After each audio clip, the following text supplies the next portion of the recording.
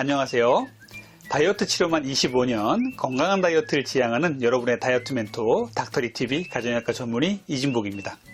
오늘은요, 조금만 먹어도 살찌는 원인에 대해서 함께 얘기를 나눠보도록 하겠습니다. 후반부까지 좋은 내용들이 있으니까요, 끝까지 시청 부탁드리고요. 구독과 추천, 알림 설정 부탁드릴게요. 그리고 궁금하신 점은 댓글로 달아주시면 성심성의껏 댓글 올려드리겠습니다. 자, 제가 몇 가지 사례에 대해서 말씀을 좀 드릴게요. 자, 25세 프리랜서 여성인 김나우리 씨는요, 최근 고민이 많습니다. 평소 다이어트에 관심이 많아서요, 적게 먹는 것을 생활화하기 위해서 계획을 나름대로 세웠어요.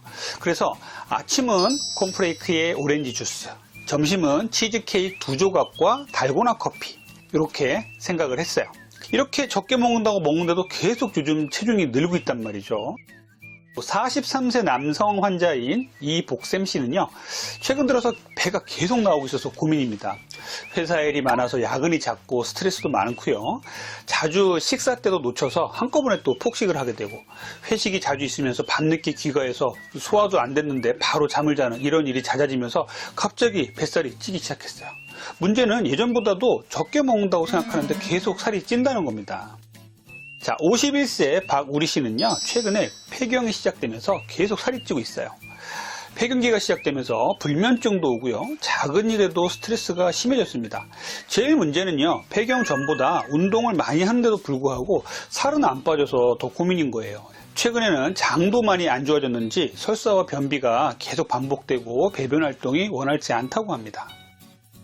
진료실에서 환자분들과 말씀을 나누다 보면요, 본인은 조금만 먹는다고 생각을 하는데 살이 쪄서 억울하다는 분들을 많이 만날 수가 있습니다. 이분들은요, 실제로 자기도 모르게 많이 먹는 분들도 계세요. 하지만 많은 분들이 남들보다 적게 먹고 있습니다. 그럼에도 불구하고 살이 찌는 경우가 있어요. 그렇기 때문에 오늘은 이런 부분에 대해서 말씀을 드리고, 환자분들께서 나름 적게 먹는다고 생각하는데 살이 안 빠지는 원인을 정확히 파악하셔야 앞으로 다이어트를 계속 유지하시고 살을 빼는데 도움이 되실 거라고 생각을 해서 이런 시간을 마련을 했습니다. 자, 적게 먹는데 살이 찌는 원인 무엇이 있을까요? 첫 번째는 음식입니다. 음식 중에서 첫 번째로 따지자면요, 역시 정제 탄수화물입니다. 정제 탄수화물은 무엇입니까? 탄수화물이 통곡류라든지 알곡류가 있는데, 이런 것들을 통째로 먹는 것이 아니라 이것을 갈아서 아주 잘게 분쇄를 해서 먹게 되는 것을 정제 탄수화물이라고 합니다. 정제 탄수화물의 문제는 무엇이냐면요, 이 안에, 탄수화물 안에 모든 섬유질이 파괴가 되기 때문에 우리 장 속에 들어가면 급격하게 흡수가 되죠. 그러면은 우리 몸에서 포도당으로 흡수가 되니까 우리 몸에 인슐린이 또 급격히 나와서 이것들을 몸에 저장을 하고 혈당은 뚝 떨어지게 만들어주고, 이런 역할을 하다 보니까 인슐린이 몸에다가 지방을 차곡차곡 쌓아놓기 시작합니다. 그래서 정제 탄수화물은 조금만 먹어도 살이 찌게 되는 거예요. 첫 번째 환자 예에서 말씀드렸듯이요, 콘프레이크라든지 오렌지 주스라든지 점심에 치즈케이크라든지 캐러멜 마키아또 달고나 이런 것들을 드시게 되면요, 당연히 살이 찌게 됩니다. 양은 적게 드셔도 살이 찌게 된다는 거예요. 얼마나 이게 억울한 겁니까? 본인은 남들보다 정말 조금만 먹는다고 정말 우아하게 치즈케이크 하나 먹었는데 왜 살이 찌나 이렇게 고민하시는 분들 계세요. 그런데 결국은요, 이런 정제 탄수화물은요, 단백질의 많은 양을 먹는 것보다도 훨씬 몸에 안 좋고요, 훨씬 더 살을 찌게 하고 다이어트에 실패하는 원인이 됩니다. 그렇기 때문에 정제 탄수화물은 반드시 끊으셔야 돼요.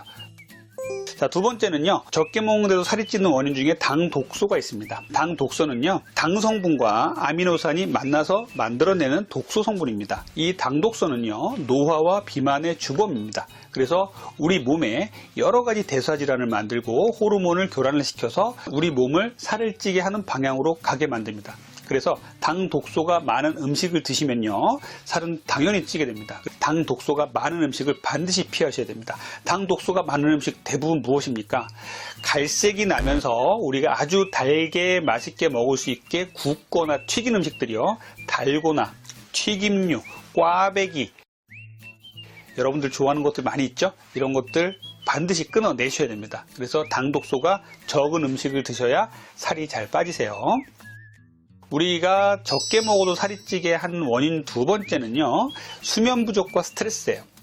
자, 수면이 부족해지고 스트레스가 많아지면 우리 몸에 살을 찌게 하는 호르몬인 코티졸이라는 스트레스 호르몬이 나옵니다. 그래서 이 코티졸이라는 스트레스 호르몬이 우리 몸에 지방을 차곡차곡 쌓게 되죠. 그 중에도 내장 지방을 쌓게 하는 원인이 됩니다. 자, 잠을 못 자게 되면요, 우리 몸에서 우리의 다이어트를 도와주게 되는 성장 호르몬이라든지 렙틴이라든지 이런 호르몬들의 교란을 일으켜요. 하기 때문에 우리가 잠을 못 주무시면은 당연히 살을 찔 수밖에 없는 것이고, 스트레스도 마찬가지죠. 아드레날린이라든지 교감신경을 계속 항진시켜서 코티졸을 분비시켜서 우리 몸에서 지방을 계속 축적시키는 쪽으로 작용을 하게 됩니다. 하기 때문에 스트레스가 없어야 되고 잠을 푹 주무셔야 살이 잘 빠져요. 세 번째는 뚱보균이에요. 장내 유해균이죠. 우리 몸에서 다이어트를 도와주는 이러한 유익균이 없어지고요. 유해균이 많아진다면 우리 몸은 적게 먹어도 자꾸만 살이 찌는 방향으로 갈 수밖에 없습니다. 그래서 이것들을 그냥 우리가 흔히 뚱보균이라고 부르죠. 락토바실러스 가세리 BNR17이라는 유산균도 이전에 제가 말씀드렸지만, 이런 유산균들을 적절히 챙겨 드시고 장내 환경을 개선을 하셔서 뚱보균이 적어지셔야 다이어트에 성공하게 됩니다. 이 뚱보균이 많게 되면요, 적게 먹어도 살이 찌는 원인으로 작용할 수가 있어요. 네 번째는요, 폐경기예요.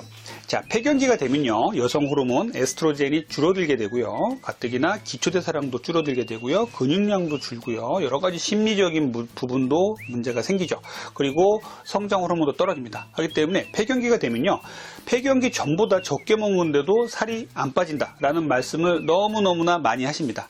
이 폐경기라는 것 자체가 우리 몸에 기초대사량을 떨어뜨리고 적게 먹어도 살이 찌게 하는 원인으로 작용할 수 있기 때문에 이 폐경기에 대해서 잘 이해를 하셔야 이 다이어트를 폐경기 때 잘 할 수 있는 기본 토대가 됩니다. 그래서 폐경기 때는요, 나쁜 음식들, 정제탄수화물이라든지 당독소라든지 이런 음식들을 적게 드셔야 되고, 그리고 운동이라든지 이런 것들을 제대로 알면서 치료를 하셔야 폐경기를 잘 극복하면서 다이어트에 성공할 수가 있게 되세요. 적게 먹는데도 살이 찌는 원인 다섯 번째는요, 기초대사량의 감소입니다.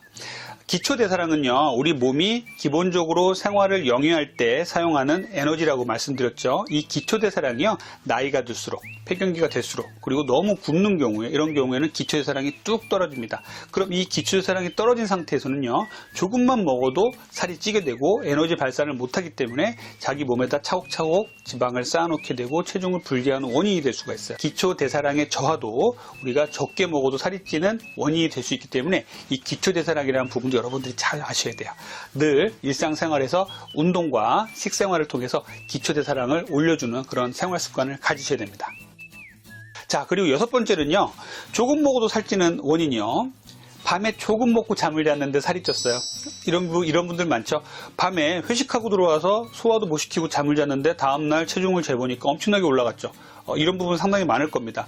이런 부분들이요, 주무시기 전에 먹는 음식들은 고스란히 밤 사이에 내 체중이 되고 내 지방으로 축적이 됩니다. 그렇기 때문에 적게 먹어도 살찌는 원인 여섯 번째는요, 먹고 바로 주무시는 습관들입니다. 이런 것들은 절대 지양하셔야 돼요.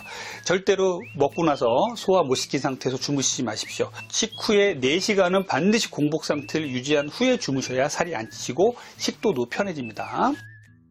마지막으로 적게 먹는데 살이 찌는 원인은요, 몰아먹는 폭식이에요. 한동안 굶었다가요, 막 일이 바빠가지고 막 밥도 못 먹다가 저녁에 야근하면서 허겁지겁 막 먹습니다. 이런 습관들이요, 결국은 적게 먹어도 살이 찌는 원인이 됩니다. 우리가 불규칙한 식사, 그리고 한꺼번에 몰아먹는 폭식은요, 반드시 우리 몸에 지방을 축적시키는 원인으로 작용을 해요. 왜 그런 거 하니? 우리 몸이 갑작스럽게 많은 음식이 들어온다, 이전에 굶다가 갑작스러운 폭식을 하게 된다 그러면 지방으로 축적을 했다가 나중에 써야지, 또 굶으면 나중에 써야지, 이런 기전으로 발전을 하게 됩니다. 그렇기 때문에 폭식, 그 중에서도 한꺼번에 몰아먹는, 갑작스럽게 몰아먹는 폭식의 습관은 반드시 고치셔야 됩니다. 그래서 이런 7가지 원인이 닥터리가 여러분께 말씀드리는 적게 먹는데 살이 찌는 원인이라고 저는 생각을 합니다. 오늘 이 적게 먹는데 살이 찌는 원인에 대해서 제가 말씀을 드렸으니까요, 여러분들 이런 부분들을 다이어트에서 잘 실천해 주시면 다이어트를 성공하시는 데 큰 도움이 되실 겁니다. 이상 여러분들의 건강한 다이어트를 지향하는 닥터리TV 가정의학과 전문의 원장 이진복이었습니다. 감사합니다.